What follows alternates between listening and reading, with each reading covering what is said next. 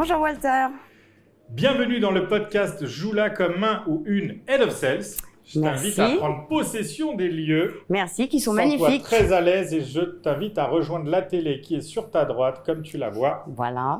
Allons-y pour les premières questions. Tu es prête? Je suis prête. Let's go. Qui es-tu dans la vie pro? Alors, moi, je suis directrice commerciale pour un média scientifique. Voilà, ça fait 7 ans que je travaille dans ce média et je m'éclate. En tout cas, j'aime mes clients. Ce média, c'est Futura. Futura qui a pour mission de transmettre le savoir et la science au plus grand nombre. Et je suis ravie de participer, par ma fonction, en tout cas, à cette mission.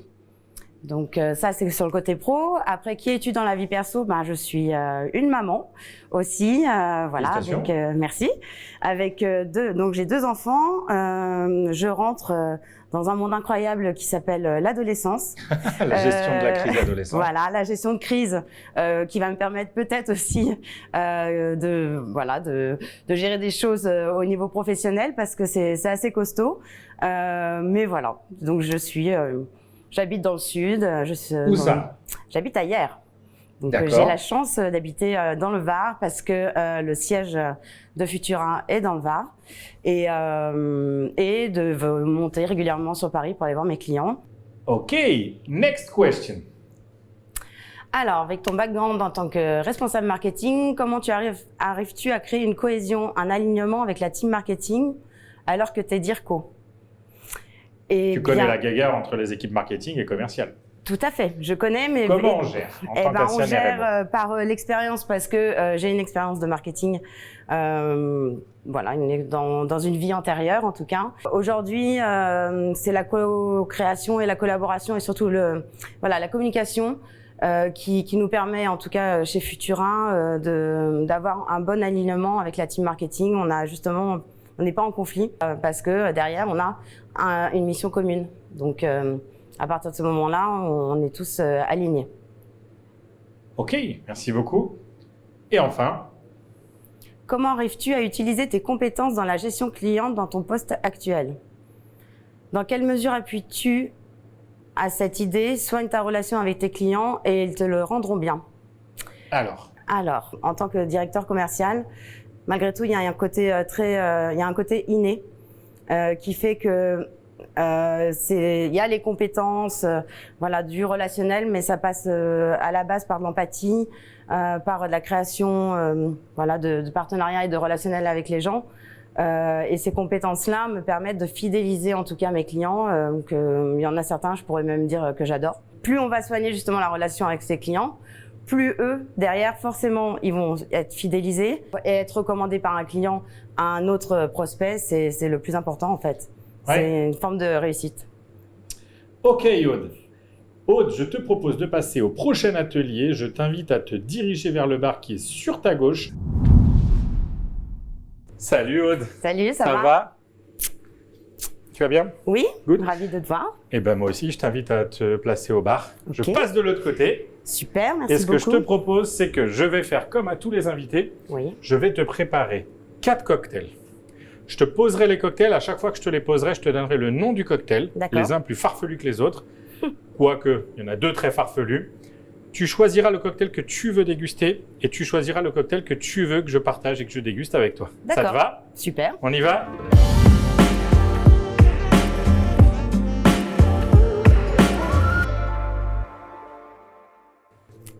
Pour le premier cocktail, Aude, c'est très simple. Voici le cocktail qui s'appelle « Décroche ton téléphone ». D'accord. Phrase très connue dans le monde des sales. Oui. Deuxième, particulier. Red flag, red zone. Ok. Troisième cocktail, le cocktail « Même ma sœur, elle le signe ».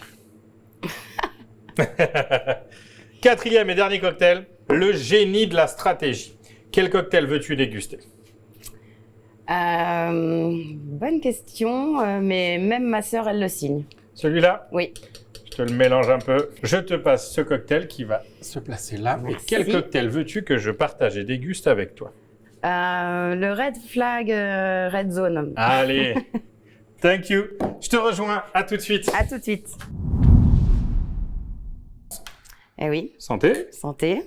Le travail, c'est la santé. Ah, délicieux. Très bon. En même temps, j'allais pas dire que mon cocktail n'était pas bon. Il manquerait plus que ça. Aude. Oui. J'ai la chance de te connaître un peu mieux maintenant, mais les gens qui regardent ce podcast ne te connaissent pas. Est-ce que tu peux nous parler de ton parcours, s'il te plaît? Alors, mon parcours, j'ai commencé en tant que vendeuse. D'accord, Voilà. des petits jobs.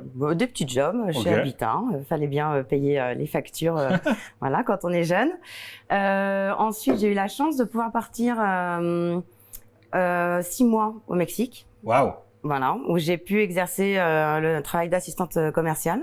Déjà là-bas? Voilà, pour Cisco Wow. System. Généralement, on part là-bas pour servir des cocktails, servir à table. Oui, tout à fait. Mais ensuite, je suis revenue en France et dans le monde du cocktail, justement. Donc, ça tombe très bien. Les tiens sont bons. Je suis une bonne, je peux être une bonne juge là-dessus puisque j'ai travaillé 7 ans pour Campari International. Ah bah oui, d'accord, Voilà. forcément. Et voilà, donc j'étais coordinatrice marketing et c'était un super job, voilà, qui m'a permis en tout cas d'organiser 4 concours internationaux de barman au monde. Voilà, ok, c'est bon, j'ai été jugée, ça y est, action. Voilà. donc voilà, c'était une sacrée aventure. Suite à ça, pour des raisons voilà internes à l'entreprise et de délocalisation, je me suis lancée dans le monde de l'entrepreneuriat. D'accord. Et me permettant d'avoir là une compétence événementielle. J'avais une compétence événementielle chez Campari, et donc je l'ai utilisée et j'ai utilisé mon réseau pour lancer une entreprise dans le monde de l'événementiel. Et qu'est-ce qui s'est passé?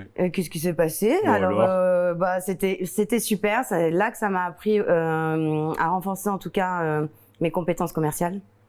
Parce que j'ai dû tout construire moi-même. Oui, voilà. tu m'étonnes.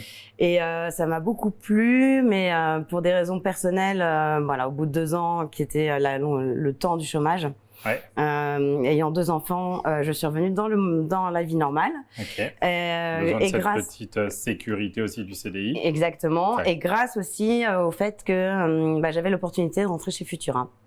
Voilà. Okay. Je tiens à préciser que je disais sécurité du CDI. Moi, je suis pas forcément en phase avec ça, d'accord, c'est un détail, mais c'est vrai qu'en gérant, en ayant 2 enfants, c'est vrai que ça sécurise aussi le revenu que tu as tous les mois. Et c'est cette opportunité que tu disais de Futura qui t'a amené au poste où tu es aujourd'hui. Tu as eu des mobilités en interne, je crois. Oui, tout à fait. Tu es passée de quel poste à quel Alors, poste? j'ai été recrutée en tant que directrice conseil. D'accord. Donc voilà, à la base, c'était comme ça. Donc, il y a 2 ans, voilà, j'ai été nommée directrice commerciale. Waouh. Voilà. Donc, j'en suis très fière. Tu l'as demandé, on te l'a proposé, il y a un lien? Il y a eu un petit peu de inception de mon côté. Tu l'as voulu? Oui, je le voulais. Je le voulais. Et de toute façon, je pense que c'était aussi pour mon patron la logique, la suite. C'était la sécurité de te nommer à ce poste-là par rapport à tes compétences sur les autres postes. Ok. Ce qui était logique pour lui et pour toi? Oui. Ok, bon, c'est cool déjà. Oui. Futura, combien de salariés? On est une vingtaine. Ok. On est une vingtaine, donc voilà, donc, ce qui me permet aujourd'hui d'être aussi à la codirection. Et ça consiste en quoi ton métier aujourd'hui, concrètement? Mon métier, c'est d'accompagner aujourd'hui mes clients dans leurs enjeux de communication et aussi, derrière, de motiver l'ensemble de mes équipes pour réussir ensemble justement cette mission que nous confie à nos clients. Donc c'est aussi un côté humain de mon métier, parce que il faut derrière beaucoup de dynamisme et d'enthousiasme pour motiver et apporter de la créativité à nos clients. Ouais. Grâce à de la communication instaurée en interne. Donc c'est vraiment un parcours professionnel de vie qui inclut évidemment le côté commercial, le côté business, négociation, mais il y a énormément de relationnel et de communication qui entrent en jeu. Et c'est ce qui fait qu'aujourd'hui, je suis enthousiaste et passionnée par mon métier. Yes, top. Déjà, c'est vraiment cool parce que c'est le poste que tu occupes aujourd'hui en plus. Alors, toutes ces expériences t'ont amené à faire du recrutement aussi bien toi que recruteuse ou être recrutée. Oui. Aurais-tu une anecdote recrutement à nous partager? Alors, j'ai une anecdote. Quand je suis partie au Mexique, je me suis cassé la jambe. D'accord. Donc, j'ai été opérée là-bas. Sale ambiance. C'était sympa. Vraiment une belle expérience. Et donc, quand je suis revenue, malgré tout, il fallait que je cherche du travail. Donc, je suis arrivée. Quand tu es revenue en France? Quand je suis revenue en France. D'accord. Parce que je suis partie Au Mexique, 6 mois. Assistante commerciale, yes. Voilà, en assistante commerciale, j'accompagnais mon conjoint de l'époque, Ok. Qui était Erasmus. Donc moi, je me suis dit, bah, je le suis. Et allez, je tente ma chance. Ça a été la plus belle décision de ma vie. Ok. Parce que c'était une prise de risque. Mais voilà. Bon, ok, je suis revenue avec une jambe mexicaine. Mais derrière, il fallait que je trouve du travail. Et donc, je n'ai rien dit au vu. À l'époque, c'était les acédiques. D'accord. Au vu de la réaction de la personne, quand elle m'a vu arriver en béquille, je me suis dit, bon, sur les prochains entretiens, tu dis pas que tu es en béquille. Et donc, je suis convoquée en entretien à Monaco par une société. Et ils m'ont vu arriver en béquille. Et là, ils ont halluciné. Pourquoi? Parce qu'ils s'attendaient pas j'avais un bandage énorme, et là ils m'ont dit mais ah oui, ça s'est vu tout de suite. Et ils ont été surpris, et tu je leur as ai vu dit dans le alors regard. oui, je vous avais rien dit parce que j'aurais dit ma jambe elle va se remettre, mais mon cerveau il fonctionne. Donc si vous voulez, on continue ensemble et Ah oui, carrément, c'est-à-dire que du fait d'être blessé, certains recruteurs, en fait, on pensait, c'est comme la femme enceinte, elle est enceinte, mais tu seras pas enceinte toute ta vie. Bah voilà. Dans 6 mois, 9 mois, elle est là, quoi. Donc quand j'ai vu la réaction de la personne qui m'accueillait en entretien, tout de suite, défendre. Voilà, tout de suite, je leur ai dit, attendez, j'ai pris sur le ton de l'humour, je me suis dit, je m'en fiche, il me fallait un boulot. Okay. Donc, je m'en fiche, je le tente, mon cerveau, il fonctionne. Donc, si ça vous va, on s'assoit, parce qu'il faut que je m'assoie. Rassure-moi, ils t'ont pris? Et ils m'ont pris. Ah, bah voilà. Et je suis restée 4 ans. À quel poste? Alors là, j'étais responsable des ventes. Super. Voilà. Ça s'est bien passé? C'était très bien. Cool. Peux-tu nous parler d'une ou plusieurs passions que tu aurais dans la vie? Alors, les passions, bon, je pense que comme beaucoup de personnes, j'aime beaucoup la lecture, avec un petit côté psychopathe, peut-être qui ne faut pas que je révèle à mes clients, mais j'aime beaucoup les livres très noirs. Ok. Voilà, parce que derrière, ça me fascine de voir la noirceur. Ok, le côté Dr. Jekyll, Mr. Hyde qu'on a tous la noirceur qu'on a tous finalement, mais qui permet peut-être dans des relations avec des gens qu'on rencontre de détecter des profils. Enfin, je ne sais pas. Oui, de mettre des noms dessus, ce qui est important, c'est la base du coaching, c'est de mettre des noms sur tout ce qui se passe et puis de l'introspection. Voilà. Et derrière, le sport. Quel type de sport? Alors, la natation, j'en ai fait très longtemps.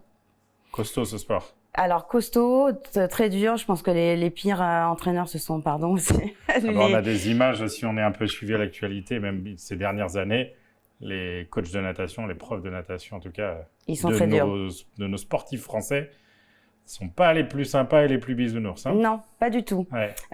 Mais aujourd'hui, ça me sert dans ma carrière. Pour moi, ça forge, c'est de l'endurance, et ça forge l'esprit. Et ça me sert aujourd'hui dans mes fonctions commerciales. Ok. Quelque part, il y a un lien. Ouais. Et donne-nous une chose du mindset, justement, qui fait le lien entre la natation et toi. La résistance, la persévérance. Ouais, grosse ténacité, voilà. Tu lâches pas. Et l'échec, parce que quand on échoue en natation, on a l'entraîneur au bout de la piscine avec une tige, et tant qu'on n'a pas fait le bon score, il demande à recommencer. Ah, c'est comme ça? Ah oui. Moi, je pensais que la tige, c'était pour pas que tu te noies. Non, c'est pas ça. Ah, d'accord. Donc voilà. Grosse ambiance. Une personne, un personnage célèbre, vivant ou mort pour l'occasion, mais qui t'inspire, ou en tout cas qui te parle. Alors j'en ai beaucoup. Un qui m'inspire notamment, et j'ai regardé un reportage sur lui récemment, c'est Andy Murray. Ah oh, le tennis. Parce que j'aime beaucoup le tennis. Très clivant comme personne. Voilà, très clivante. Très clivante, mais ce que j'aime beaucoup, ce que j'apprécie chez lui et que j'admire même, c'est sa résilience. Et puis surtout, il a surmonté une épreuve, il a rien lâché. Donc on invite les personnes à aller regarder ce reportage pour comprendre de quoi tu parles. Voilà, petit teasing. Yes. Si tu devais accompagner une personne qui postule demain chez Futura, quel conseil tu lui donnerais? Je parle bien d'une personne qui va postuler et forcément peut-être être recrutée ou pas. D'ailleurs, quel conseil tu lui donnerais? La qualité première, ce serait de s'adapter. C'est-à-dire? S'adapter aux usages de la boîte. Ouais. S'adapter à son marché. Ne pas être dans la résistance, mais en revanche, ne pas être non plus dans la suradaptation. Ah, wow, ça c'est un vrai sujet, mais ça on l'apprend surtout avec l'expérience. On l'apprend avec l'expérience. Alors comment on fait quand on n'a pas d'expérience pour comprendre la suradaptation? On communique avec ses seniors. D'accord, voilà. ok. Et puis c'est le rôle aussi d'un manager au poste de directeur commercial. Il y a un côté management. C'est aussi, on est là pour être bienveillant. Ouais. Et ce sujet de la suradaptation, l'ayant vécu et ayant travaillé dessus depuis de nombreuses années, je pense que c'est vraiment un conseil à mettre en avant. Et ça tombe bien que tu parles de ça parce que j'ai remarqué que la nouvelle génération, ce qu'on appelle la génération Z, c'est ça, si je dis pas de bêtises, justement, je trouve qu'ils sont pas en suradaptation. Non. Qu'ils sont vraiment dans le je suis comme je suis, on y va. Oui. Donc peut-être que le conseil arrive naturellement en ce moment. Alors, il arrive naturellement parce que, en effet, la suradaptation est aussi issue d'une éducation qu'on avait, d'usage et de coutumes. Un cycle, on était beaucoup plus scolaire. Voilà. Aude, je te remercie. Ce que je te propose, c'est qu'on passe au prochain atelier. Je t'invite à me suivre. On y va. Ok, super.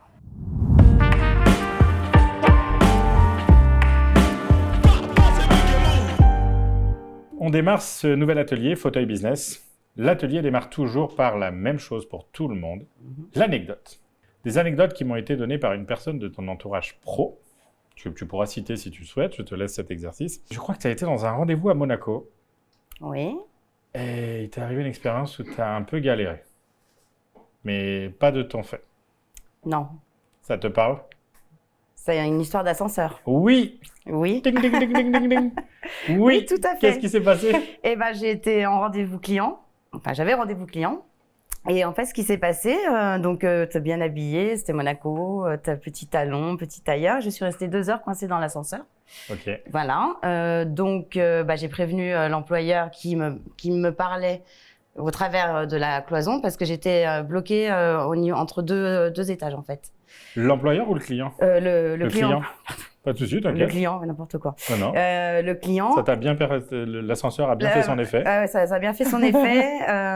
Donc il me parlait. Ouais. Pour essayer de me rassurer, il a appelé les pompiers. Oh. Et en fait, c'était une situation très délicate pour moi parce qu'ils m'ont sorti par le toit, enfin de l'ascenseur. Sorti par la. Ils m'ont hissé. Ouais. Donc j'étais pas très à l'aise parce que j'étais quand même en tailleur avec mes petits talons. Ouais. Et ensuite ils m'ont sorti de l'ascenseur et là j'ai dit bonjour à mon client et en fait il était à moitié en train de ramper par terre quoi. Ouais, enfin voilà, j'étais quand même c'était un peu délicat mais en vrai ça a déclenché une super relation. Okay. Parce qu'il était très mal pour moi, parce qu'il se sentait responsable, parce que c'était l'ascenseur de sa boîte, tout ça. Une belle empathie. Et une belle empathie de son côté. Et derrière, ça a été un client de longue date. Et ce jour-là, pour se faire pardonner, entre guillemets, alors que c'était moi qui venais le démarcher, il m'a invité au resto. Oh, sympa. Voilà. Donc un client que j'oublierai pas. D'accord. Dans ma vie, en tout cas. Le pitch, j'ai pu le faire que pendant le repas, puisque je pouvais pas lui faire non plus au travers de la cloison de l'ascenseur. Je vois mal l'échange. Allez madame, ça va aller. Hein. Oui, alors d'ailleurs, je voulais vous parler du produit. Exactement. Non, faut faire la découverte. J'étais toute jeune, donc c'est vrai que ça a été... C'était à combien de temps? Voilà, c'était en 2008. D'accord, donc c'était à peu près il y a 16 ans. Ouais. J'étais toute jeune, j'étais plus jeune, j'avais moins d'assurance. Voilà. Là, tu aurais grimpé toute seule, c'est ça? Oui, voilà. Si tu devais me donner une qualité, une top qualité pour un sales, un manager sales et un directeur commercial, qu'est-ce que tu dirais pour le sales?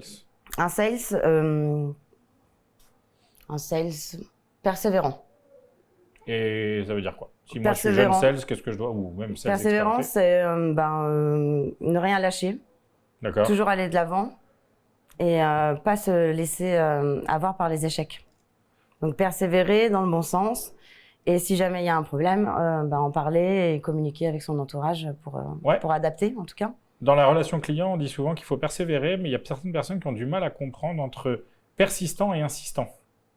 Alors persistant et insistant, c'est différent. Oui, mais justement dans cette notion d'être persistant, il y a des personnes qui, dans la relance client, par exemple, on va prendre cet exemple, peuvent être persistants et d'autres qui peuvent être insistants. Pourquoi? Pour toi, c'est quoi la différence entre les deux? Il y en a une que je valorise moins que l'autre. Forcément, yes. Le côté insistant, pour moi, est dérangeant. Et qu'est-ce qui fait qu'on est insistant? C'est-à-dire que demain, tu regardes un commercial travailler, tu en as deux, et tu en as un qui est persistant, insistant. Qu'est-ce que le persistant fait que l'insistant ne fait pas et inversement? L'insistant, il va mal s'y prendre, il va manquer de subtilité. Pour moi, c'est très important la subtilité dans le relationnel. Ouais.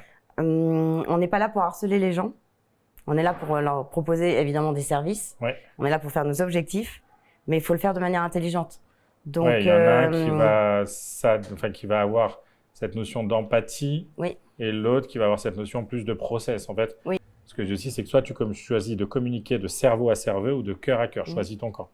Donc, il y en a un qui réfléchit par l'instinct, l'émotion et l'autre par le process. Voilà. C'est comme ça.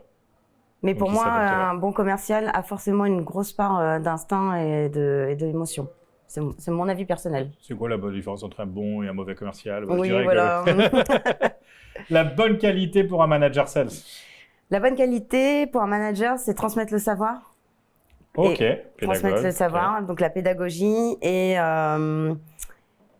aussi la bienveillance. Alors ça veut dire quoi bienveillance? Parce qu'on entend souvent bienveillance. C'est un mot qui s'utilise beaucoup, tu sais, qui devient un peu trop too much à la mode. Qu'est-ce que ça veut dire concrètement pour avoir une vraie façon de comprendre comment l'appliquer? Une vraie façon d'appliquer la bienveillance, c'est d'apporter, d'accompagner la personne qui peut être en difficulté quand il y a des difficultés, l'accompagner et lui proposer des solutions aussi. Et la pousser, alors il y a l'accompagner et proposer des solutions, mais également quand même lui suggérer qu'il faut aussi trouver des solutions de son côté. Voilà, le manager, il n'est pas là non plus pour faire le travail de son collaborateur à sa place. Il faut le pousser et il faut l'élever en tout cas en compétences. Mais la bienveillance, pour moi, c'est être attentif justement à des signaux qui peuvent justement être néfastes, on va dire, par rapport à la performance commerciale et ajuster au plus vite. Ok. Voilà. Top qualité pour un ou une directrice commerciale. L'endurance. L'endurance, non, blague à part, je pense que c'est être stratège. La stratégie, c'est le génie, c'est pas le verre que tu as pris. Eh oui, c'est vrai, je me suis plantée. Non, pas du tout. Tu as la connaissance des cocktails par expérience. Mais après, je pense que voilà, un directeur commercial, il a cette compétence managériale, le côté humain, l'empathie et surtout de montrer l'exemple pour booster ses équipes. J'aime bien le côté stratégique que tu as dit, avec tous les petits compléments que tu as ajoutés, parce que le côté stratège, en fait, des fois, ils peuvent avoir l'interprétation mauvais qui est calculateur et stratège qui est comment trouver la meilleure solution, des fois au gré de choses qui ne plaisent pas, mais c'est comment s'assurer la pérennité de l'entreprise pour laquelle on travaille. Exactement. Je vais te poser une question que j'ai encore posée à aucune personne de ce podcast. Tu es cliente. Tu veux acheter un produit. Il y a 5 commerciaux qui te le vendent dans 5 boutiques différentes. Je ne citerai pas les marques. Tu veux acheter un smartphone, il y a 5 boutiques différentes. Qu'est-ce qui fait que tu vas l'acheter à l'entreprise B et pas à l'entreprise C, D ou E? Ça va être l'approche du vendeur. Qui va venir me voir certainement, qui va déjà me poser des questions et qui même peut, à la découverte de mon besoin, peut m'orienter peut-être sur une solution à laquelle je n'aurais pas pensé. Et pas quelqu'un qui veut absolument à tout prix me vendre quelque chose où il va faire sa plus grosse com. Oui, parce que tu as l'impression de sentir ça. J'ai l'impression de sentir ça parce que j'ai été aussi vendeuse dans ce genre d'établissement. D'accord. Et en repensant à ça, je pense que oui, il faut pas arriver comme un requin. Oui. Et il y en a beaucoup, malheureusement. D'accord. Moi, tu sais que l'image du requin dans le monde commercial, je ne la trouve pas mauvaise puisque c'est le côté à être intelligent et à chercher le bon moment. Oui. Après, il y a un côté mauvais chez le requin aussi, donc il y a le côté bon et le côté mauvais, le côté où il lâchera pas quoi qu'il arrive, alors qu'en fait, ça se trouve, il y a des moments où il faut savoir lâcher. Mais oui, je vois ce que tu veux dire. Donc, le commercial qui va réussir, c'est celui qui va comprendre ton objectif et qui va te dire de quoi tu as besoin. Voilà, qui va me dire de quoi j'ai besoin et m'orienter. Merci. Voilà. Une question. Je vais te partager une phrase que m'a dit une directrice générale adjointe il y a quelques années et je veux avoir ton avis. Le management, elle m'a dit, le management, c'est avoir un caillou dans la chaussure. C'est toi qui choisis quelle est la taille de ce caillou. T'en penses quoi? Oui, il y a une forme de vrai, parce que derrière, il y a quand même des responsabilités, on gère de l'humain. Ouais. Donc, mais derrière, oui, c'est la taille, c'est aussi à nous de la dimensionner avec du recul, avec de l'analyse, pour pas justement que ça prenne trop de place dans la chaussure. Ne pas laisser le caillou prendre trop de place. Ouais, surtout pas. Thank you. Tu as, lors du précédent épisode, un directeur commercial qui a voulu te poser une question. Je te la partage. Comment vas-tu faire pour atteindre ton quota de trimestre pour la fin de l'année? C'est une excellente question. Je lui dirai. Voilà, je le remercie. Je lui dirais déjà que je suis en bonne voie. Donc ça, c'est une bonne nouvelle. Et redoubler par contre d'efforts notamment dans notre métier, dans notre secteur, on est sur la dernière ligne droite de l'année où c'est très important. Ouais. Donc là, motiver les équipes à fond, prospection, signature, rien lâcher là pour le coup. Tu vas pouvoir poser une question au prochain Head of Sales, prochain directeur commercial qu'on va avoir. Je t'invite à poser la question en regardant cette caméra. Comment fais-tu pour garder tes équipes dynamiques et enthousiastes malgré les défis du quotidien et la vie quotidienne qui n'est pas forcément tous les jours facile? Je lui transmettrai. Merci. Merci beaucoup. Comme tous les invités, je vous ai demandé de préparer un cadeau pour qu'on puisse l'offrir, pour qu'il soit un tirage au sort pendant 72 heures. Lien dans la description comme à chaque fois. Quel cadeau Aude et Futura veulent faire à la personne qui gagnera ce tirage au sort?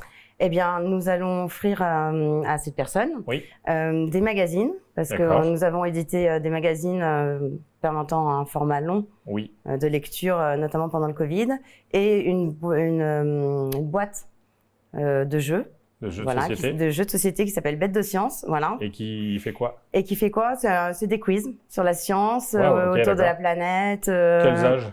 Tous les âges? Ouais, on va partir de 8 ans. Sans faire de pub, c'est un Trivial Poursuite plus Futura. Voilà, c'est ça. Okay. Qu'on a monté en collaboration avec une maison d'édition. Oh. Et pourquoi on veut faire ce cadeau? Parce que la mission principale en fait de Futura, c'est de transmettre le savoir. Donc ça passe par ce type de cadeau aussi. Et je crois que... Et voilà, donc tout est là. Je les présente.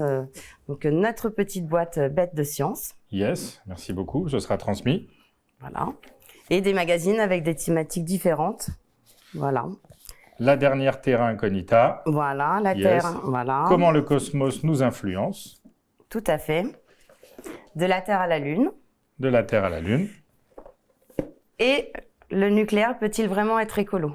Oh, alors là, je laisse le livre répondre. Hein. Sachant que la science reste neutre. Voilà, et que ça, ce sont les dossiers principaux, mais il y a des BD, il y a des thématiques santé, il y a de l'innovation, de la tech, il y a d'autres articles. Quand tu dis reste neutre, c'est aussi le fait de dire ce qui va et ce qui ne va pas pour ne pas se poser sur une seule façon de voir les choses? Ouais, on ne prend jamais position. Mais vous êtes en mesure de dire pourquoi c'est bien de rester écolo? D'accord, ok, super. On est en mesure de le dire, oui. Eh bien, Aude, merci beaucoup pour ta participation à ce podcast. Merci d'avoir accepté cette invitation. C'était un plaisir. Merci de nous avoir transmis toute cette image, ce mindset autour de Futura et autour de ton parcours qui est riche en expérience. Et tu as commencé au plus bas, au Mexique ou autre. Voilà. Merci d'avoir partagé ça pour toutes les personnes qui regardent ce podcast. Merci beaucoup. À bientôt. Merci beaucoup.